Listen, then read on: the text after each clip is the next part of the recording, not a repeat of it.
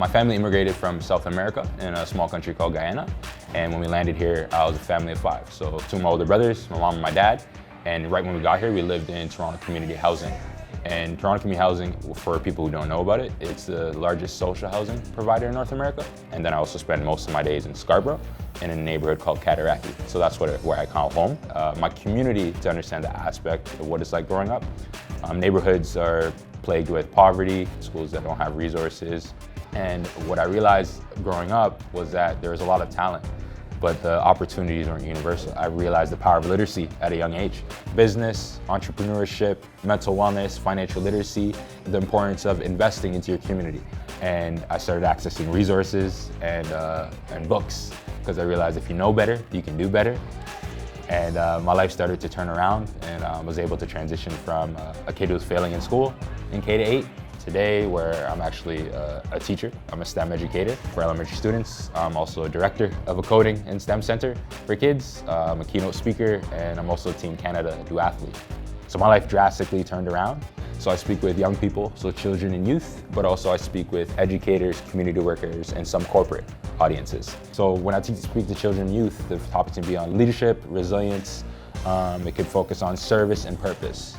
I use my story as a vehicle to give them tools that are tangible enough for them to change their lived experience. So that's how I look at it. I'm trying to give you something so you can use something to make your life better. On the other hand, I speak with educators. How do we, as educators, equip the masses to break out of the cycle of poverty? One's on STEM education equity, which means how do we give access, equitable access to STEM and other learning opportunities to prepare kids for the future of work, but also education reform. How we structure the buildings of schools, how schools operate, how classrooms operate in a way that prepares kids for 21st century and beyond. The cool part of being an individual is that I can use my life story in all my talks with young people or older audiences. So the Ride for Promise is a nationwide human rights movement that I started. And the goal of it was to meet a need. I graduated from university. I was in the CFL Combine, I signed with a CFL agent, and my mindset was to play professional football. But once I moved back to my neighborhood, I realized it was still facing the same things. The after-school program that was there lost funding. So when I realized that, I'm like, okay, what can I do to help? Because playing pro is not gonna help. What made my heart beat, what got me excited about life was the kids and the youth in the community and communities alike. And football was just something I was good at. So it was a quick switch for me to hang up my cleats. I moved back home, and then I'm like, okay, Terry Fox ran across Canada, Rick Hansen wheelchaired around the world. That's what kind of inspired me with their motto. I wasn't doing my thing on their scale. What Terry did was unique. No one's ever done something like that. Rick Hansen, very unique. There's many people who cycled across Canada, but the difference was there'd never been someone who biked across Canada specifically for the cause that I was riding for low-income communities, families, kids in poverty.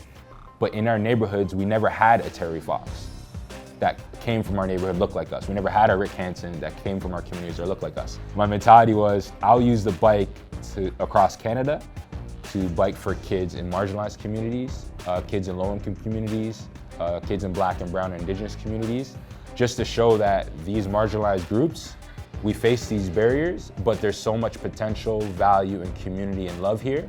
All we just need is an opportunity. So what I did was I created Ride for Promise as a message to be like, I'm gonna bike from Vancouver to Halifax. I'm gonna fundraise money for that organization, the after-school program that I grew up in. But also I'm gonna stop in each city and talk about systemic racism. I'm gonna talk about structural barriers so people can understand that there's systems in place that make it hard for communities to be successful. So when we understand them, that's when we can actually give tools for them to out-strategize the system. And then at the end, we ended up fundraising $100,000 with proceeds for the after-school program, funding the trip, and also for the documentary that we had. So I'm so thankful we had to cover the entire story. So Ride for Promise is still going on today. In the darkness that we live in, if you look hard enough, you can find some sort of light, and that light is what I use to keep going. So that's kind of my message. If they see me, they can see like, if Curtis can do that, then I could do better for myself.